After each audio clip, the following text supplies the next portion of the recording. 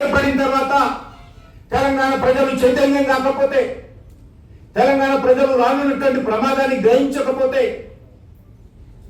తెలంగాణ ప్రజలు ఈ తెలంగాణను రక్షించుకోవాలనేటువంటి ఆలోచన లేకపోతే, మళ్ళీ నిజాం పరిపాలన రకంగా రజాకార్ల కాలంలో ఏ రకమైనటువంటి దౌర్జన్యకాండ కొనసాగిందో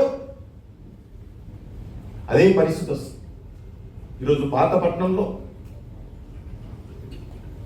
రజాకార్ల సమయంలో దౌర్జన్యం జరిగింది. స్వాతంత్రం వచ్చిన తర్వాత, మనం ఎన్నుకున్నటువంటి ప్రభుత్వాల అధికారం ఉన్న తర్వాత ఎన్ని బస్తీలు కాలేవో నేను పత్రికా విలేకరులందరినీ కోరుతా ఉన్నాను. ఒకసారి మీరు సర్వే చేయండి. నేను హైదరాబాద్ పాతపట్నంలో పెరిగాను. ఎన్ని హిందూ బస్తీలు, దళితులు ఉండేటువంటి బస్తీలు ఊచకోత కోసి దౌర్జన్యం చేసి ఈ మజ్లిస్ పార్టీ ఆ బస్తీలన్నింటినీ కూడా అంటికి పౌరుషాలంటారు తెలంగాణలో.